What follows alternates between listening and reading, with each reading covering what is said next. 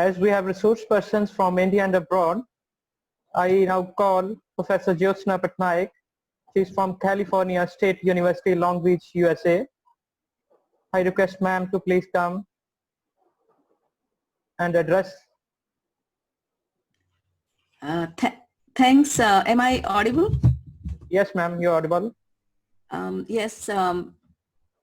Thanks to Dr. Siddhana for inviting me. And it's a privilege to hear all of the past speakers. And I would, of course, I'll provide information mostly about the US and my campus in California. I'm very close to Los Angeles. Long Beach campus is very close to Los Angeles. Part of the university, California State University system. And originally I'm from Odisha. My last name you must know from my last name. And just quickly, all of you know that we moved in March 2nd week, March 14th. I remember my last class face-to-face was March 14th. And we were asked to stop 2 weeks actually to prepare for moving to the online instructional mode. So that was from March. So we moved to online instruction. So I will share some of the things that people have talked about it before, other speakers. So I'm not going to talk about what are the mental health symptoms or other things. But I would like to say we do have our on campus in most of the universities in the US, we have counseling services for our students. So, and we are all part of it because we have to keep in touch with those services because students, our students in our classes are receiving those kinds of counseling services. So, so I will just share how there's a sound coming. Is it somebody has to mute? So we looked at what really was happening to students. What are the causes of mental health issues that we are facing in our classes with our students? We looked at a financial, the financial issue was economic uncertainty. All of you know that most of our students in this country, they do work and they lost their jobs or even their parents. Some of them receive some funding from the parents and their parents have lost their jobs too. So economic insecurity, not only their own, but their parents as well, which was one of their concerns, and possibility of tuition fee hike because we lost, I think, about $400 million. We are budget short for our shortage for educational systems in California. So we know that that could be a possibility. Students are anxious that maybe the tuition fee will be increased. And then, so one of the mental health reason coming from their financial situation. Then another one was educational. How? When we stopped this lockdown, when it came, all of a sudden the students have to leave their hostels without any contingency plan. So they have to go back to their home if they're local, or they have some emergency rooms that places that they are kept.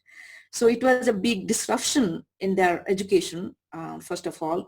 And even if they went home, and this is what many of my students have shared with me, they're in a small apartment with their parents and with their younger siblings, and it's so crowded, there's not at all the situation, the family situation, or a kind of study atmosphere. They cannot study. If somebody's crying, somebody's screaming at somebody else, and because of the stress also, the family was lost, lots of domestic violence and other things was happening, so they could not concentrate in their studies.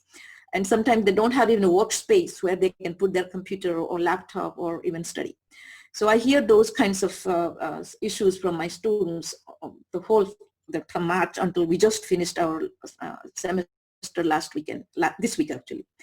So that, and then moving on to online instruction, if I know that there, of course, there's no choice, but remember that we do use online instruction as not instruction, it's a supplemental, much more than we all have. All of our courses are on the Course Beach Blackboard.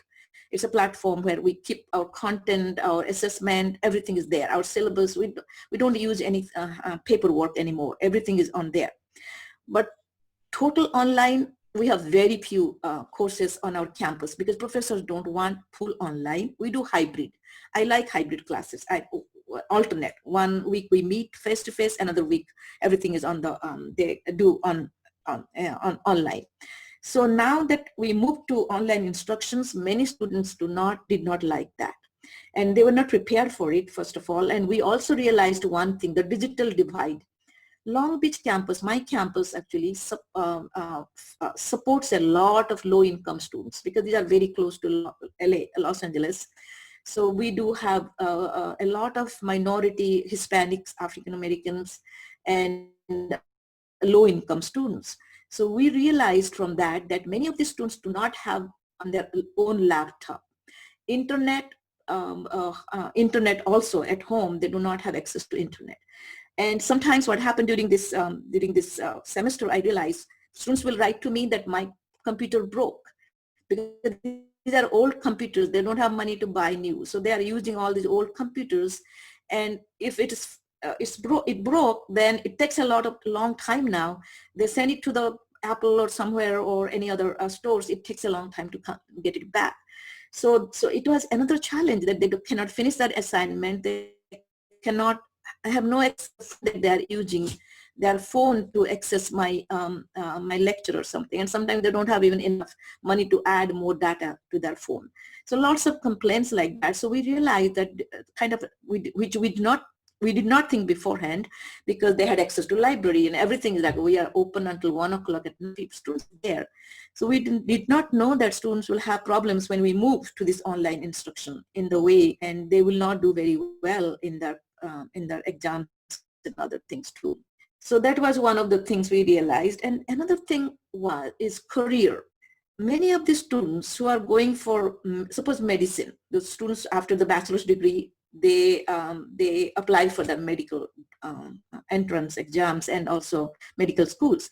But whether from high school to college or college to master's program or medical or any other degrees, they need a lot of extracurricular activities. It's not your GPA or not the MCAT, which is their medical exam test. Much more than they need clinical experiences. They have to be volunteering in the hospital. They have to share with the doctor a lot of hours, sometimes almost like 1,000 hours per year they have to accumulate. Now they cannot go hospital. And then even engineering students, when after the bachelor's degree, they have to go to either graduate programs or to a job, but they need some kind of internships to get into those, so they cannot go either. So that was one of their anxiety, because how am I going to apply to what will happen to my extracurricular activities? So that was another issue for many of the students. Anxiety was bringing depression there. And then of course students have shared with me, because we had almost half of the semester, 4 or 5 weeks of the semester, from January until March, we had face-to-face sessions. So they had that. We used to group activity. We do a lot of the class and presentations, of course. So now they lost that contact, and they were saying to me that it's not the same. In Zoom, I used Zoom for online, like a class. We met the class sessions in like a Zoom.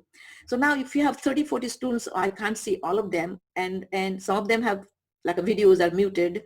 So I don't know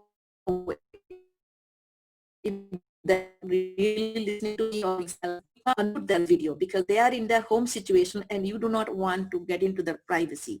They may not have space something. So I can't even ask them. So I did not even know that they are, and they told me that they did not feel the seriousness of the course the way in the classrooms with their friends and peers working in projects or something.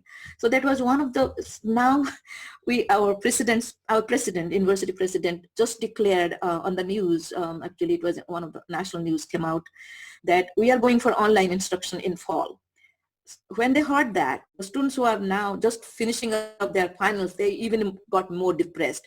Again, online instruction, we don't want. We paid all this money, why are we going this online instruction? Especially science students. My son actually is a second year science student in one of the universities here, University of California campus.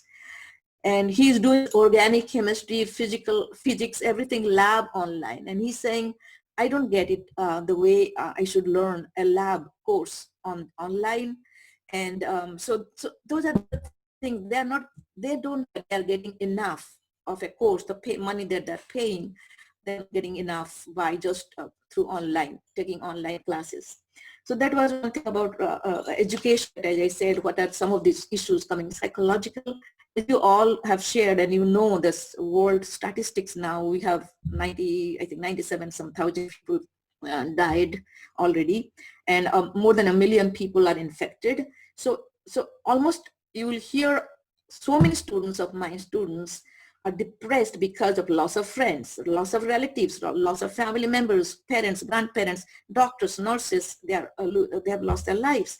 So you will hear from students, and how are they coping with it at the middle of the semester, and with the disease, death, and then they're required to still continue their classes and exams. So that was one of their, and then there is stigma. Stigma means if they are infected, many of our students are infected,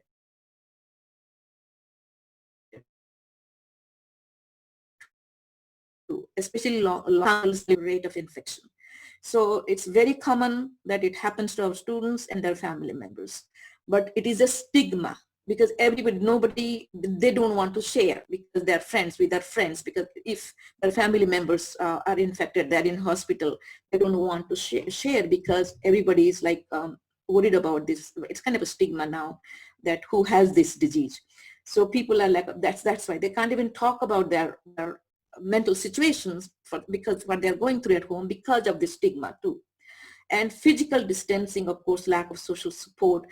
We do have these counseling services online. Now they are also, the insurance is covering actually they call it telehealth. So insurance will cover all these videos, audios, and everything they will cover too. But it's not the same, way. Our university counseling services are often services, but again, it's very delayed. It's not, they're not getting in the timely. It's slower than the regular kind.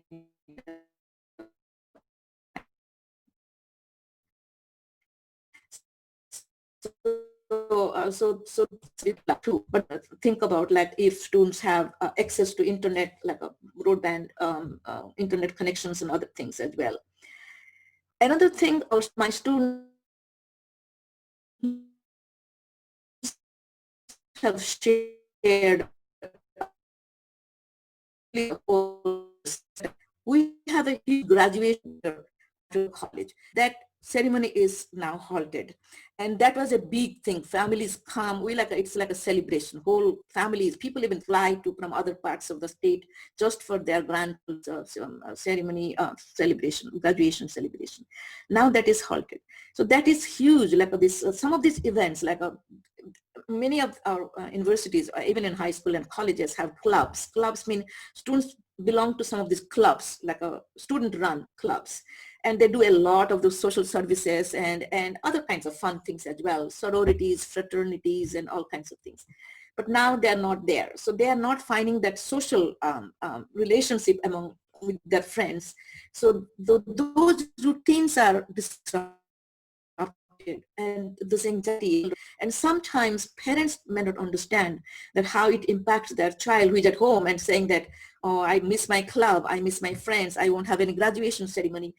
And so now we are telling, like, how do we involve in parents in this, that it may not be a big deal for them. Sometimes you will hear my students will say, or my parents are saying, so many people are dying in the world and you are worried about your friends and your clubs and your celebrations and events. So now we are, so they will tell me like how my parents don't understand me. They think like that I just should think about the world, not about myself. I think those are some of these mental health issues will come and with that. So some of the things that we have been asked, like I've been, even our faculty, we also get some of this counseling services from our counselors, how to help our students in our classes. They are saying that open communication with our students about their own mental experiences, physical, mental observations, openly ask students. And I have a lot of Zoom sessions, individual Zoom sessions with my students. I want to talk to them if they want. Like we all have to have office hours where students come and talk to us individually, their personal, their professional, their academic, everything we have to hear. So now also I'm doing the same thing about in Zoom. Only problem I find out that they cannot talk even in the Zoom session. They can't talk freely, candidly. Why? Their parents are listening. Their siblings are around them. They can't even speak to me about that. Suppose they have failed the exam. They can't talk about it because their parents will come to know. Their siblings will come to know. So the small place that they are in, they don't have the candidness, openness to talk to a professor the way it was in my office room. It's closed door. We talk about freely. They can cry. They can talk about their parents, their friends, the relationship, breaking relationship or whatever happened. I can listen, but now they can't even share. This is such a hard time. And now they can't even share their mental agony or pain because of people around them. They don't have the privacy now. So now we are talking about, still we try to help them in any way we can take. And we also have talked to students about take break. And now that they're at home, they talk to me, they tell me that they're spending so much time in video games and screen time forever. So they do not have any, they don't go out for even a little bit running around or exercise or nature walk or something. If they have access to some parks or something, they're not going out either because they're so depressed. But that is the thing that we tell them, my students, I tell them that you need to take a break. Do not interesting video games forever or news. First of all, people are telling, like SIs are telling us, more than 30 minutes about COVID-19 should not be okay. It's too much anxiety more. So, and it's beyond our control. We can't do anything. So don't go too long in that listening to this COVID-19 again and again. And second thing we are saying, the screen time, reduce your screen time, take a break. Even if it's needed, go and help your parents. Go and do chores, cooking, cleaning, whatever is required, taking care of your siblings, babysit your siblings, teachers, teach them. They're at home. They're not going to school either. So teach them homework and help them with their homework if you have time. Don't just be on that because it's not helping you anyway. And you are just trying an excuse route. That's another thing too. And we are also saying that they're using a lot of social media. Of course, all of the children use Hangouts and Facebook and lots of different kind of social media. We are asking them promote, spread stories and positive information and correct misinformation. If you see some of the misinformation, then correct it, because that's the way it is spreading more and more issues too. And even people are, there are some suggestions about helping. Go out and help your young people. There are so many older people, little families where they're more than 60, 65 years old. Go and help them in grocery shopping. Go and help them, ask them, need groceries, I can go and bring the groceries, but keep all the masks and everything, but you can go and help. So there are lots of ways that we are trying our students to help them. We also know that there are two categories of students in mental health services. Those who have continuing services, because it's not just COVID-19. They have had mental health issues even before. Those are even going down with this COVID-19. So we are looking at those, what kinds of strategies have helped our students before, those who have receiving mental health services from in the university, and then we're separating them from these new ones who are coming up because of some of these new issues that have come up in their lives. So we are looking at those to that. So what the university has done, looking at financial, educational issues, and psychological issues as well. So recently, the university, not recently, after we found out that some of these issues are coming up, like they don't have internet, so sorry, they don't have laptop, or they have an old computer that's is broken or something is needed to be fixed. So the university actually loaned laptops to students. Students who do not have laptops, they took it from the university. So we did that. The university did a fundraising. Almost all of us have paid, like I paid like a $250, there's a maximum $250. We paid it, I think about $40,000 to $50,000 were raised just to help the students who need that extra help. They do not have housing, they cannot leave, they don't have family around or something. So we give them some temporary housing money for that. They paid for some of the things that they paid for their emergency housing, meal assistance. Some of the students didn't have money to buy food, so we give them some food. How much? So they have written all these things, emergency grants, and students were also got scholarships, for need-based scholarships for that thing. So we're trying different ways to first identifying those who lost jobs. They were given money for time being, because they have to support food and other services as well.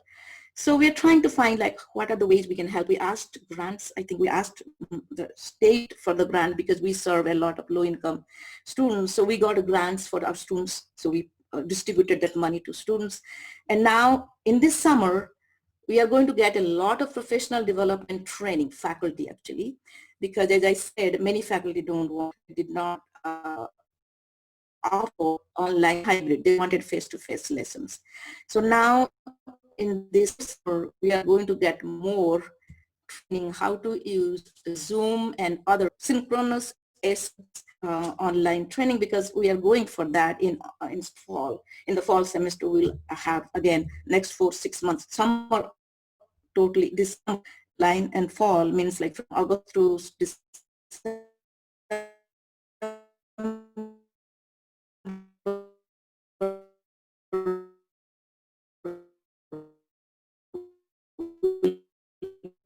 And having Zoom, when we come back as a whole class, like the way I do in the classroom, in my regular classroom.